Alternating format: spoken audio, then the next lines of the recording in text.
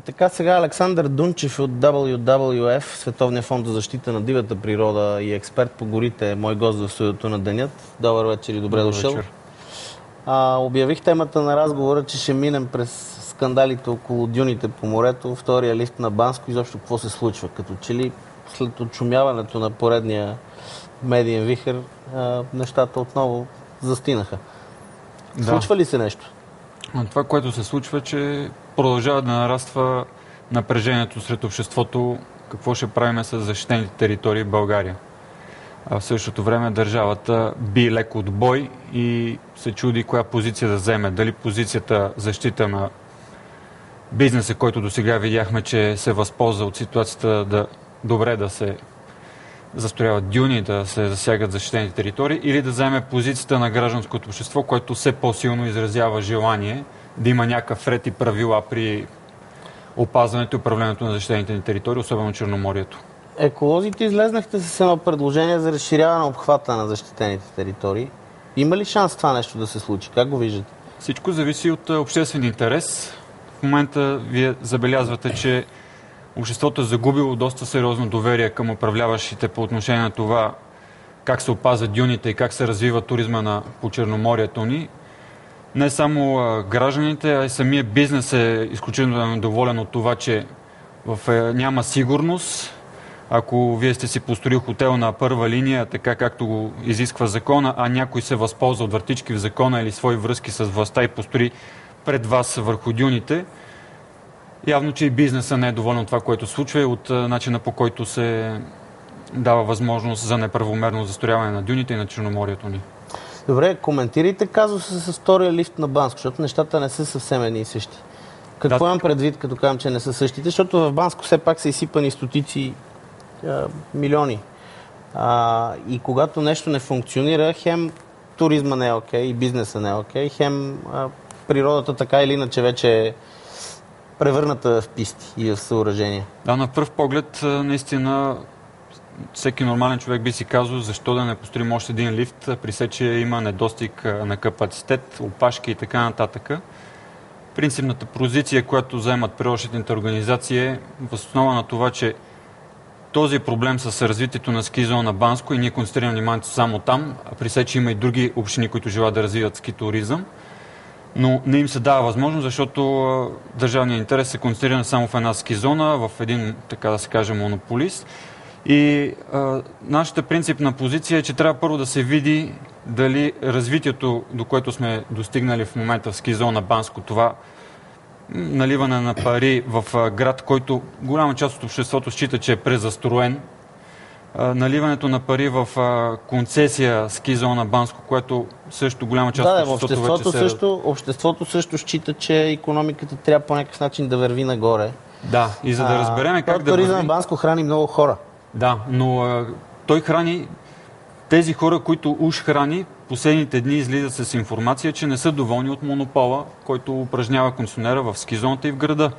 Оказва, че за едни може да практикуват, да обучават скиори, други са изхвърлени от ски зоната. Едни могат да строят в града, на други не им се дава. Тоест има и напрежение вътре в самия град. Единни ли сте еколозите в отношението си към тези проблеми?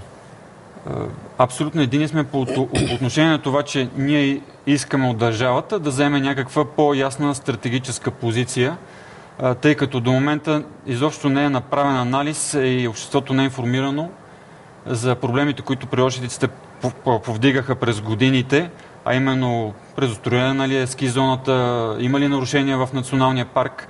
Вместо да се направи този анализ, изведнъж скачаме директно за втори лифт и ние обръщаме внимание, че ако трябва да е единна държавата спрямо всичките си граждани, не само да настройва Банска ли срещу софиянци, първо трябва да се направи един дебат и ние мисля, че края на тази седмица ще има такава възможност. Един дебат, какво се случва в ски зоната, правомерно ли е било развитието и нарушаване ли са законите при всичките тези инвестиции, има ли проблеми, как могат да се избегнат нови проблеми? Има напрежение в обществото, това е ясно. Трябва да бъда напълно откровен с вас. Ми липсваше ваша позиция, например, около разговорите, които се водеха преди референдума за АЕЦ Белене. Имаше позиция. Вас ви нямаше за Белене, а Това... А ви има за Банско и за дюните. Позицията за Белене отразяваха колеги от Коалицията за остана природа България за земята, природната организация за земята, както и политическата партия Зелените, където също има представители на гражданите. Те са експертите в тази сфера и тяхната позиция беше ясна.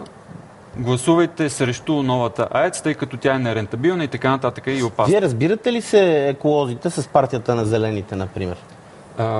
Абсолютно, тъй като... На един език ли говорите? На един език има само едно нещо. Политическата партия представя политически идеи. Гражданските организации, които ние представляваме, в случая, в който аз представлявам ВВФ, ние представляваме граждански идеи. И сме се разбрали с политическата партия, Зелените, да не излизаме с позиции, гражданите да излизат с политически позиции, а политическата партия да излиза с граждански. Защото политиката си е политика, гражданските идеи са си граждански идеи. Аз не бих теглил толкова ясна разграничителна линия между двете неща. Това са принципи, на които ние сме се разбрали и ние държиме. Опитвам се да разбера, защото на много места в Европа екологичните, зелените партии играят много сериозна роля в политическия живот. Опитвам се да разбера дали вие по някакъв начин нямате идея да, как се казва, да използвате това ново социално мислене от гледна точка на политиката. Тези събития ще ги продиктува самото общество. Тоест, ако има подготвени зелени експерти, които да покажат държавническо мислене и хората да получат доверие към тях, може и така да се случи. Може да се случи, не го отхвърляте. Точно така, разбира се. Защото в момента се чуват различни гласове от различни организации, от различни партии. Не е ясно кой седи отзад, кой организира протестите, кой говори. Да. Това създава малко едно такова усещане за хаос или пък някой си викат, тия пак някой ги използва по някакъв начин. Времето ще покаже кой кого използва. И трябва да е ясно кой носи отговорността, когато се защитава някаква теза. В този смисъл... Много е добра позицията ви.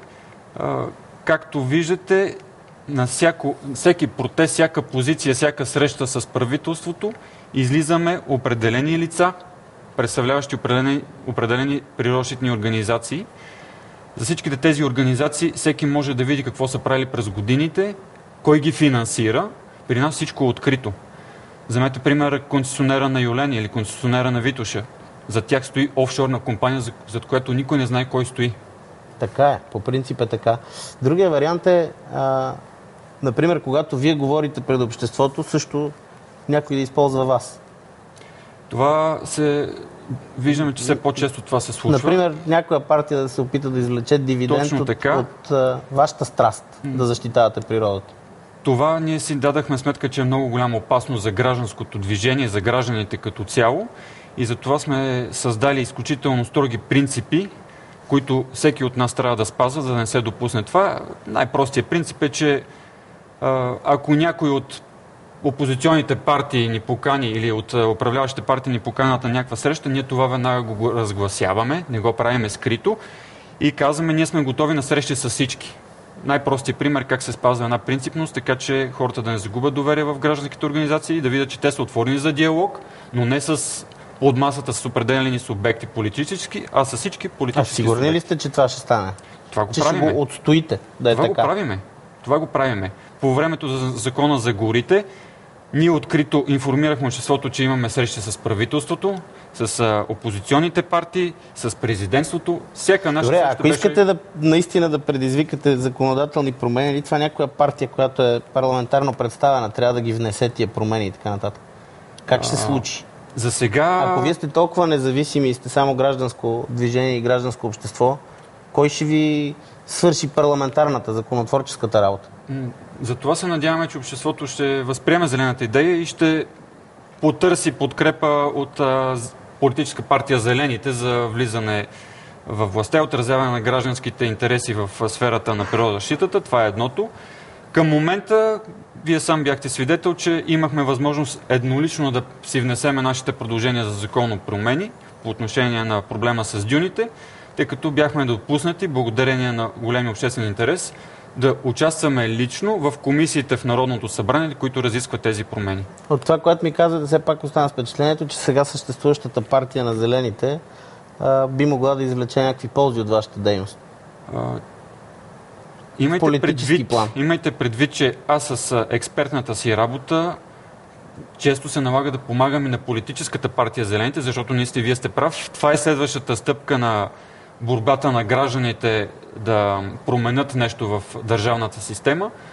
Действително, които са най-добре подготвени от гражданския сектор, може би ще потърсят реализация в политическата сфера. Аз не мога да ви кажа кои са тези хора.